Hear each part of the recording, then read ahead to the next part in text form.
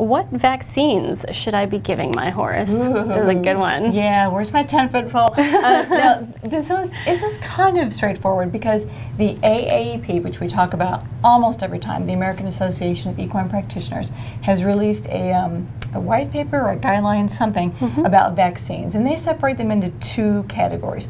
One they call core vaccines that every horse should have, no matter where you live or if you're the only horse in the property and you don't need to go anywhere.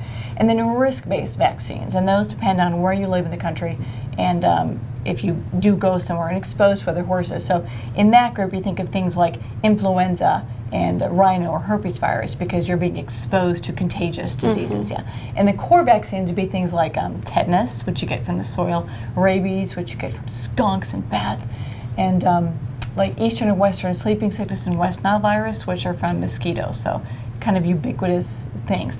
But the vaccine choice is something that your veterinarian helps you with. That's why you have these really good conversations with your vet, because he or she will tell you in your area and what you do with your horse, which vaccines are appropriate and when and how often and all that. So it's really a conversation you have with your vet, but you can get a head start by going to the AAP and reading that white paper about what they think about vaccines, because it was put together by a committee of experts in that field, and so it's really good information there. It talks about young horses and adults and older horses and pregnant mares and just everybody. All right.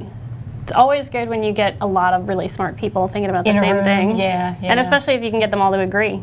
That's pretty impressive. Yeah. So vaccines are pretty straightforward. All right.